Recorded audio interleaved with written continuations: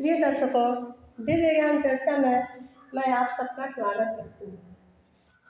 हमारी चर्चा ग्रहों के गुण दोष और उनके स्वभाव के बारे में हो रही है, परंतु पिछले वीडियोज में मैंने दीपावली के पर्व को ध्यान में रखते हुए विषय को चेंज कर दिया था, क्योंकि हमारा सनातन धर्म बड़ा ही व्यापक है। ये पर्व त्यौहार ही हमारे सनातन धर्म की पौराणिक धरोहर है। इनका आदर और पूजा पाठ और ईश्वर की साधना के साथ इनको मानना हमारा परम कर्तव्य और धर्म है, क्योंकि हमारे सारे पर्व श्री राम, श्री कृष्ण, माता दुर्गा, लक्ष्मी, सरस्वती और विघ्नहर्ता श्री गणेश भगवान से जुड़े हुए हैं। इसलिए आनंद के साथ साथ हमें ईश्वर की भक्ति करके परम आनंद की भी प्राप्ति करनी चाहिए। अब हम वापस लौटते हैं अपने विषय पर और आज हमारी चर्चा बुध ग्रह के बारे में होगी। बुध को चंद्र का पुत्र कहा गया है। पुराणों में भी बुध को चंद्र की पत्नी रोहिणी का पुत्र माना जाता है।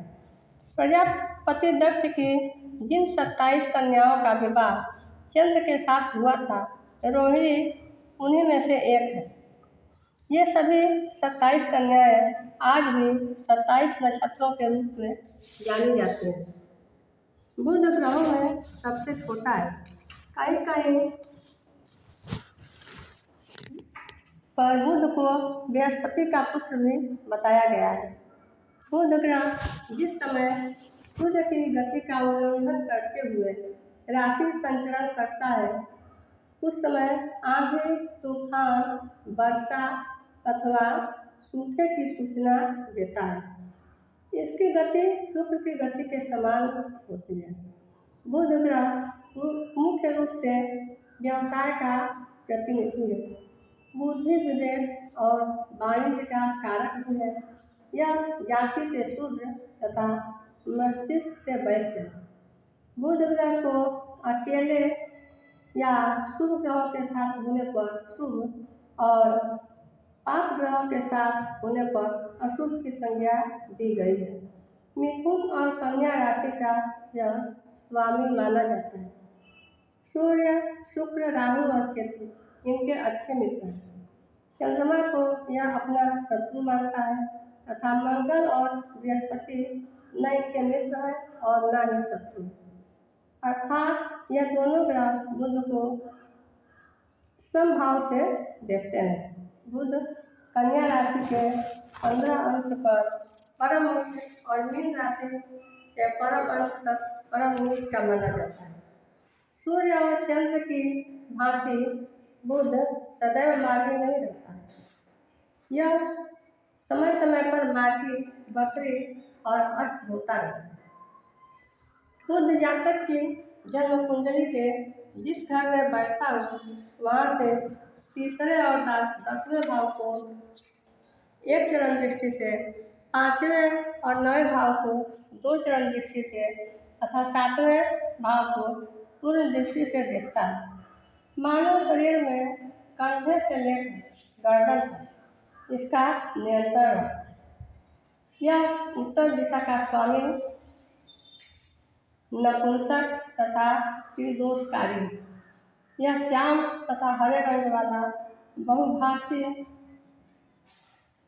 दुबला पतला शरीर रजोगुणी पृथ्वी तत्व वाला तथा स्पष्टवादी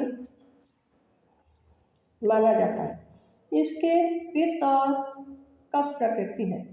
इसकी विंशोत्तरी दशा 17 वर्ष की मानी गई है। यदि कुंडली में बुध की स्थिति शुभ हो तो यह दशा जातक के लिए भाग्यवर्धक बनती है। विभिन्न परिस्थितियों के अनुसार बुध ग्रह मुनि, वेद पुराण, ज्योतिष शास्त्र का अध्ययन, राज्य, व्यापार, वैद्य, कुष्ठ और संक्रमण आदि रोगों का कारक भी माना जाता है। बुध जब अपने अपनी राशि मिथुन या अपनी उच्च राशि कन्या में हो तो बुध की दशा में जातक को बहुत लाभ होता है। पुत्रों से उसे विशेष तो बुध की दशा में जातक को बहुत लाभ होता है। पुत्रों से उसे विशेष सुख मिलता है और पुत्र की कीर्ति से वह सम्मानित होता है। बुध नीच और हानि की राशि में या पीड़ित अवस्था में हो तो जातक को वात, पित्त, कफ आदि रोगों से पीड़ित करता है। ऐसा व्यक्ति धन हानि के साथ साथ मानसिक चिंता से भी व्यथित होता है और कपटपूर्ण कार्यों में लिप्त होने पर विवश हो जाता है। बलवान बुध यदि वर्षेष हो तो जातक के लिए श्रेष्ठ लाभकारी होता है। उसकी बुद्धि का विकास होता है। कठिन परीक्षा में भी वो आसानी से सफल हो जाता है। बलवान बुध उच्च प्रशासनिक सेवाओं की भर्ती परीक्षाओं में भी सफलता प्राप्त करा देता है। ऐसा जातक कलाओं में भी निपुणता प्राप्त करता है। लेखक को तो अपनी लेखनी के द्वारा सम्मान प्राप्त करता है। ऐसे जातक को राज्य के द्वारा भी सम्मान प्राप्त होता है तथा आय के अनेकों स्रोत बन जाते हैं। जातक की कुंडली में बुध यदि उच्च का हो तो प्रत्येक व्यक्ति को अपना साथी बना लेने वाला डरपोक, बहुरूपिया तथा गप्पी होता है। अगर किसी जातक की कुंडली वृष लगन की हो और उसके बुध पर शनि और राहु का प्रभाव पड़ रहा हो तो ऐसे बच्चे का पढ़ने में बिल्कुल भी मन नहीं होगा। बुध शरीर की त्वचा का भी कारक है। जब यह ग्रह सूर्य, चंद्र या लग्न के साथ मिलकर बैठ जाता है तो त्वचा का पूरी तरह से प्रतिनिधित्व करता है। ऐसे बुध पर यदि शनि, राहु आदि बीमारियां देने वाले ग्रहों का प्रभाव हो तो त्वचा में अनेक रोग पैदा हो जाते हैं। बुध कुमारावस्था का ग्रह माना जाता है। बुध मस्तिष्क और उसकी शक्ति का भी प्रतिनिधि है। इसलिए यदि बुध अत्यधिक पीड़ित होता है तो मस्तिष्क के कई प्रकार के कष्ट उत्पन्न कर देते हैं। मंगल से लेकर शनि तक यानी मंगल, बुध, गुरु, शुक्र और शनि, इन्हें ज्योतिष शास्त्र में पंचतारा ग्रह की संख्या दी गई है। इन पांचों में से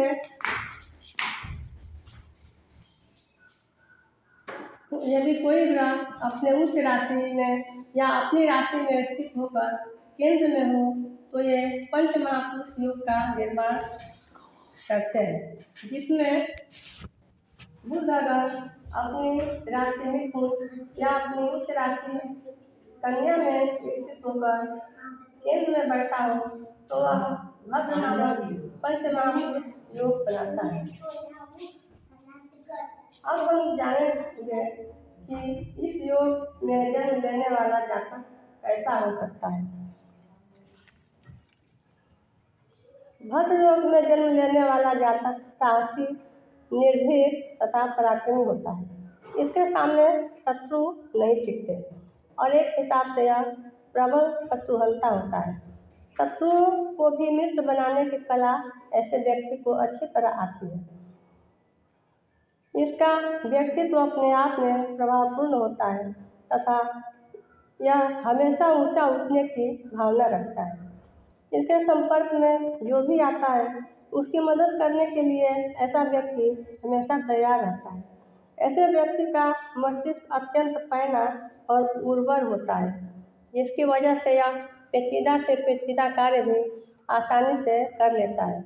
जो कार्य दूसरों को अत्यंत जटिल और असंभव लगते हैं उस कार्य को भी ऐसा जातक आसानी से संपन्न कर लेता है। यद्यपि ऐसे व्यक्ति अपने जीवन में धीरे धीरे प्रगति करते हैं परंतु अंत में ये सर्वोच्च पद पर ही विश्राम लेते हैं। इनकी कुंडली में व्यापार का भी प्रबल योग होता है और ऐसे व्यक्ति अपने व्यापार को विदेशों तक फैलाने में भी समर्थ होते हैं। ऐसे व्यक्ति कठिन परिस्थितियों में भी विचलित नहीं होते और बाधाओं के बीच भी अपना रास्ता चुन लेते हैं। तुरंत निर्णय लेने की क्षमता इनमें विशेष रूप से होती है। प्रिय दर्शकों, आज के लिए बस इतना ही। वीडियो अच्छा लगे तो लाइक करें। फिर मिलेंगे अगले वीडियो में किसी और विषय के साथ। तब तक के लिए नमस्कार।